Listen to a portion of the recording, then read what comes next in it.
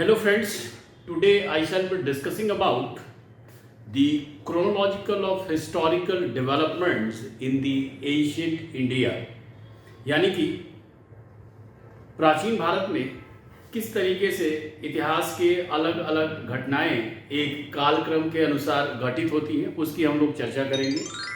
इस वीडियो की ज़रूरत मैं इसलिए महसूस कर रहा था कि एंशिएंट इंडियन हिस्ट्री यानी प्राचीन भारत का इतिहास एक ऐसी समस्या है ज़्यादातर स्टूडेंट्स के साथ जहाँ पे कि उन्हें सिलेबस को समझने में भी कठिनाई आती है।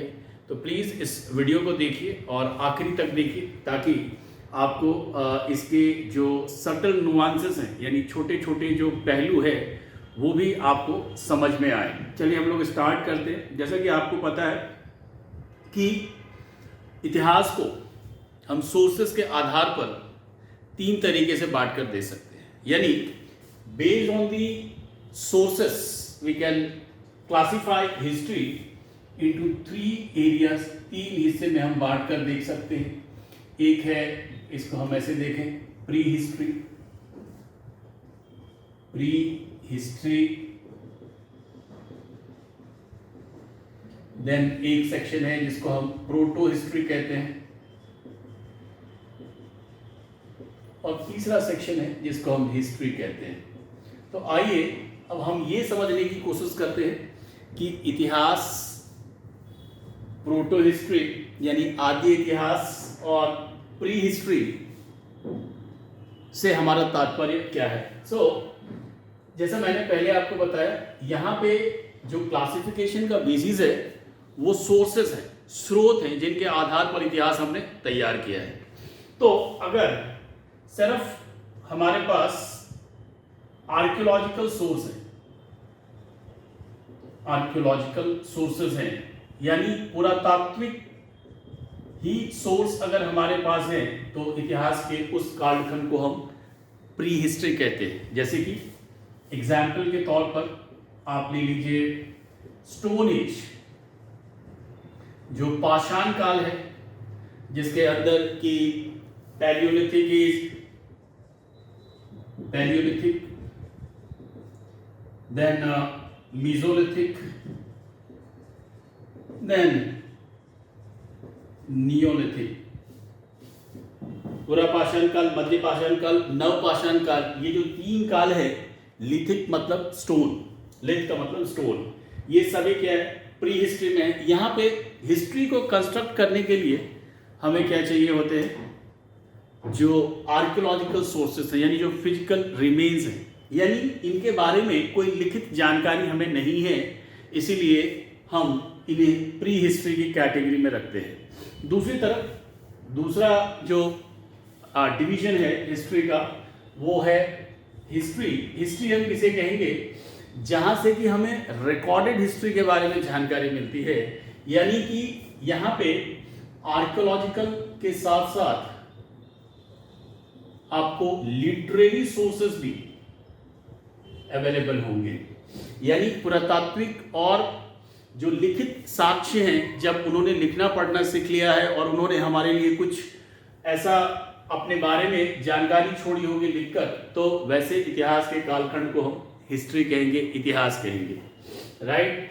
जैसे कि वैदिक कल्चर या वैदिक पीरियड से आगे जो भी इतिहास होगा हमारा, उसको हम हिस्ट्री के अंदर समझने की कोशिश करेंगे। एक तीसरा कालखंड भी है जिसको हम प्रोटो हिस्ट्री कहते हैं, जिसका उदाहरण है इंडस वैली सिविलाइजेशन या इसी को हम हड़प्पन सिविलाइजेशन भी कहते हैं। यहाँ पे क्या खास बात है दोस्तों कि हड़प्पन सिविलाइजेशन के लोग लिखना पढ़ना जानते हैं और उन्होंने कुछ पिक्चोरियल लैंग्वेज में कुछ लिखा भी है हमारे लिए, बट उसे हम डिसाइफर नहीं कर पाए, उसे हम पढ़ नहीं पाए हैं। इस टेक्निक को हिस्टोरियंस ने बुस्ट्रोफेदन टेक्निक कहा है, जिस तरीके से वो लिखते थे, लेकिन असल में लिखा क्या हुआ है ये अभी तक हम समझ नहीं पाए। तो इतिहास का एक और कालखंड जिसे कि हम प्रोटो हिस्ट्री कहते हैं, वो ऐसा इतिहास का कालखंड है जहाँ पे कि हमारे पास आर्कियोलॉजिकल भी सोर्सेज हैं और लिटरेरी भी हैं, लिखित साक्ष्य हैं, लेकिन लैंग्वेज इज नॉट डिसाइफर्ड, इसकी जो भाषा है उसको हम लोग नहीं समझ पाए हैं, राइट। तो ये 3 तरीके से हम इतिहास को बांटते हैं, जैसे कि हम प्री हिस्ट्री, प्रोटो हिस्ट्री और हिस्ट्री में विभाजित करते हैं। अब हम हिस्ट्री के अंदर कैसे एंशिएंट इंडिया में इतिहास आगे बढ़ता है उसको हम समझने की कोशिश करेंगे। तो सबसे पहले हमने लिखा हिस्ट्री, और इसमें मैंने आपको एग्जाम्पल दिया वैदिक कल्चर का। वैदिक कल्चर बेसिकली जो वेदों की संस्कृति से जुड़ा हुआ जो इतिहास है उसे हम वैदिक कल्चर कहते हैं, और इसमें हम आर्यंस और उनके बारे में जानते हैं। इस कालखंड को हिस्टोरियंस ने 2 हिस्सों में डिवाइड किया है, प्री वैदिक कल्चर या ऋग्वैदिक कल्चर, जैसे कि हम 1500 BC से 1000 BC यानी 1000 BC के बीच डिवाइड करते हैं, BCE, या कुछ कहीं कहीं पे आप इसे 915 to 900 BC तक भी इसको क्लासिफाई किया गया है। सो ये है ऋग्वैदिक पीरियड या प्री वैदिक कल्चर, कहीं कहीं पे इसे प्री वैदिक भी कहा जाता है। और दूसरा पार्ट है लेटर वैदिक पीरियड, लेटर वैदिक पीरियड। अब यहाँ पे जो कालखंड है वो 1000 BC से लेकर 600 BC का जो पीरियड होगा उसे हमने कहा लेटर वैदिक पीरियड। अब यहाँ पे बड़े बदलाव होते हैं लेटर वैदिक पीरियड में, और इसी समय आर्यंस स्थिर होकर अपना जीवन जीने लगते हैं, और यहीं से एक स्टेट एमर्ज होने लगता है। प्रारंभिक स्टेट, जो इनिशियल स्टेज में स्टेट्स का एमर्जेंस होता है, उसे हिस्ट्री में हमने कहा है महाजनपद, महाजनपद। यानी जहां पे जन यानी आर्यंस के पैर जम गए उसी को जनपद कहा गया, और कई जनपदों को मिलाकर महाजनपद बना। ऐसे 16 महाजनपदों का जिक्र फ्रिक्वेंटली मिलता है, और इनके बारे में हम एंशिएंट हिस्ट्री में पढ़ते हैं। तो अभी तक हमने समझा कि कैसे प्रारंभिक राज्य यानी इनिशियल स्टेट का इवोल्यूशन होता है, एमर्जेंस होता है, और ऐसे 16 राज्य हैं। अब यहाँ पे जो राज्य बनते हैं वो 2 तरीके के राज्य हैं, एक वो जहाँ पे की मोनार्की है, और दूसरे वो जहाँ पे की रिपब्लिक है। तो इसको थोड़ा हम और समझने की कोशिश करते हैं कि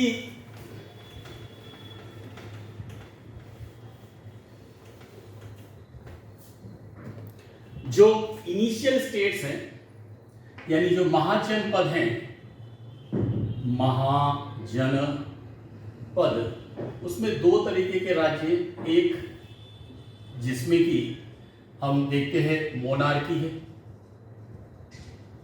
और दूसरे रिपब्लिक है।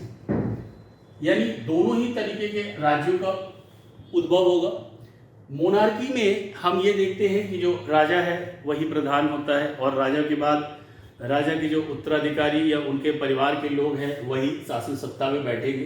जबकि रिपब्लिक गणराज्य है, गणतंत्र है, जहाँ पे कि कोई भी व्यक्ति गण का राजा या हेड ऑफ स्टेट बन सकता है। जो सबसे प्रमुख रिपब्लिक है वो है लिच्छवी, वैशाली, ऐसे कई सारे प्रोमिनेंटली लिच्छवी है। दूसरा मोनार्की में कई है, जिसमें कि सबसे prominent Magadha, then Kosala, then we have Anga, ऐसे कई राज्य हैं। उसी तरीके से कई राज्य हैं जो कि मोनार्की में हैं।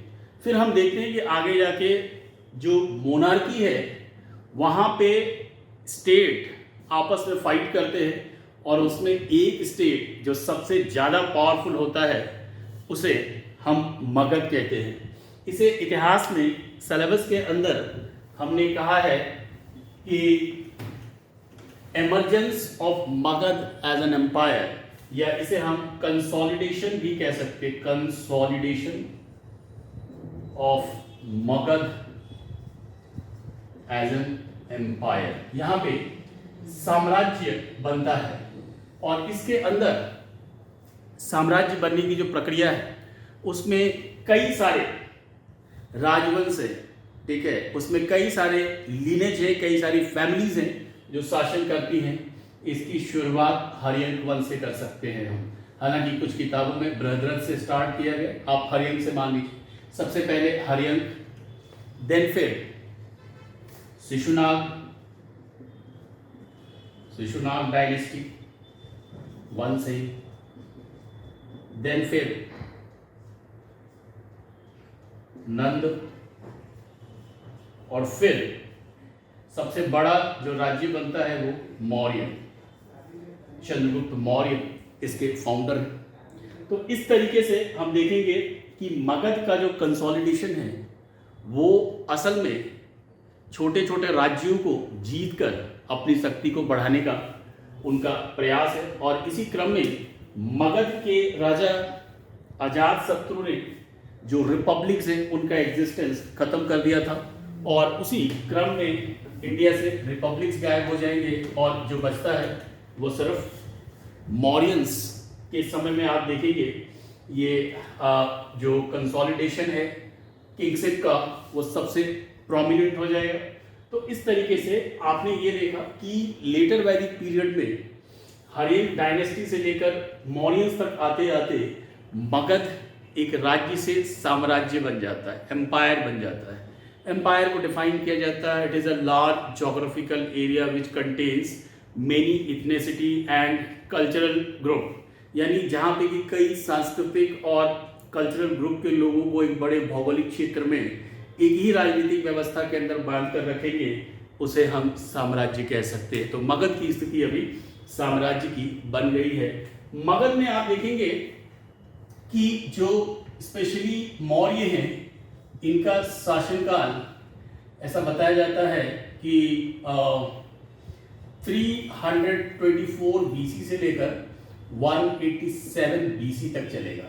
फिर इस एम्पायर डिक्लाइन हो गया और इसके बाद कई सारे छोटे छोटे राज्यों का एमर्जेंस होता है। इस पीरियड को हम लोग लेटर मौर्यन पीरियड के नाम से जानते हैं, या इसे आप प्री गुप्ता भी कह सकते हैं। ये जो पीरियड है ये 200 बीसी से लेकर 300 सीई यानी 500 साल का जो पीरियड है, यहाँ पे हम देखेंगे कि कोई बड़े एम्पायर नहीं बन रहे हैं, लेकिन ट्रेड एंड कॉमर्स क्या है, बड़ी फ्लरिशिंग कंडीशन में है, व्यापार बहुत तेजी से एमर्ज हो रहा है। और मगध राज्य के विघटन पर, मगध राज्य के डिक्लाइन के बाद इंडिया में कई सारे छोटे छोटे राज्य बनने लगे। जैसे अगर हम नॉर्थ वेस्टर्न इंडिया की बात करें तो वहाँ पे कंटिन्यूअस इन्वेजन हो रहा है, फॉरेन इन्वेजन हो रहा है। वहाँ पे सबसे पहले इंडो ग्रीक आएंगे, देन फिर शक आएंगे, फिर पार्थियंस आएंगे और आखिर में कुषाण आते हैं। तो इस तरीके से कुषाणों ने भारत के बड़े हिस्से पर, स्पेशली नॉर्थ इंडिया के बड़े हिस्से पर क्या है, शासन किया। अगर हम पाटलिपुत्रा की तरफ आगे बढ़ें तो वहाँ पे दो और डायनेस्टी आती है, एक है शुंग, दूसरा है कण्व। इसी तरीके से जब दक्कन की तरफ हम जाते हैं तो दक्कन में हम देखते हैं कि वहाँ पे सातवाहनों ने एक बड़ा राज्य स्थापित कर लिया था। तो राजनीतिक दृष्टिकोण से ये बहुत ही महत्वपूर्ण नहीं है, क्योंकि यहाँ पे छोटे छोटे राज्य बन जाते हैं, कोई बड़ा साम्राज्य नहीं है। लेकिन कॉमर्शियल पॉइंट ऑफ व्यू से, व्यापारिक दृष्टिकोण से ये समय ट्रेड एंड कॉमर्स के लिए बहुत ही फ्लरिशिंग टाइम माना जाता है। तो इसीलिए वाणिज्यवाद का युग भी कहा गया है इसको। इसके बाद 300 सीई से हम देखते हैं कि गुप्तास का एमरजेंस होता है, और ये जो एम्पायर बिल्डिंग का प्रोसेस है वापस से गुप्तों के समय से शुरू होता है, जो लगभग 390 सीई से लेकर 550 तक चलेगा। और यहाँ पे जो मेन ट्रेंड है वो फिर से एम्पायर बिल्डिंग का है, लेकिन ये एम्पायर वैसा सेंट्रलाइज्ड एम्पायर नहीं है जैसा कि मगध में मौर्यंस के समय एम्पायर दिखाई देता है। लेकिन कल्चरल और जो दूसरे पर्सपेक्टिव है उस पर्सपेक्टिव से इसको गोल्डन एरा कहा गया है इंडियन हिस्ट्री का। गुप्तास को कई सारे चैलेंजेस फेस करने पड़ते हैं, खास करके जो हूनों का आक्रमण है। इसी समय हूनस इन्वेजन हुआ इंडिया में। हून के इन्वेजन के बाद गुप्तों की शक्ति कमजोर पड़ जाती है और 550 से लेकर 750 तक हम देखेंगे कि लेटर जो गुप्तास हैं, लेटर गुप्तास, वो इतने प्रोमिनेंट नहीं रहते हैं। आखिर में आप ये देखेंगे कि हर्षवर्धन ने एम्पायर को कंसोलिडेट करने की कोशिश की, लेकिन वो भी इसमें सफल नहीं हो पाते। तो फाइनली 750 तक आते आते जो भारत में एम्पायर बिल्डिंग का प्रोसेस था वो पूरी तरह से कोलैप्स हो गया और इसके स्थान पर छोटे छोटे राज्यों का उदय होता है। और इसी समय इतिहासकारों ने इसे कहा है कि beginning of feudalism in India, यानी भारत में सामंतवाद का उदय होता है। और हम अपने पर्सपेक्टिव से एंशिएंट इंडियन हिस्ट्री को यहीं तक पढ़ते हैं, यानी प्री हिस्ट्री से लेकर हम लोग 750 क्रिश्चियन एरा तक, सी या ईडी तक इतिहास पढ़ते हैं। वो क्या है, हमारा प्राचीन भारत का इतिहास है। ये जो मैंने क्रोनोलॉजी डिस्कस किया है ये सिर्फ पॉलिटिकल पर्सपेक्टिव से है। इसमें सोशल रिलीजियस अदर एस्पेक्ट को हमने क्या इग्नोर किया, जैसे बुद्धिज़्म, जैनिज़्म, हिंदुइज़्म, वैष्णविज़्म, ऐसे कई सारे ट्रेंड हैं जिसको हमने डिस्कस नहीं किया। इसके साथ ही साउथ इंडिया के जो डेवलपमेंट्स हैं उसको भी हमने डिस्कस नहीं किया।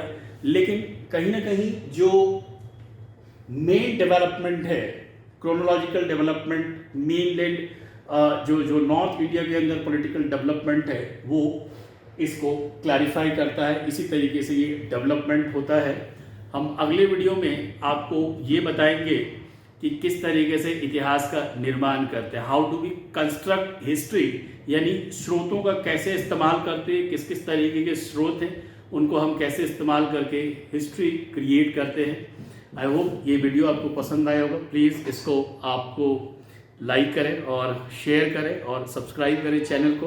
Thank you.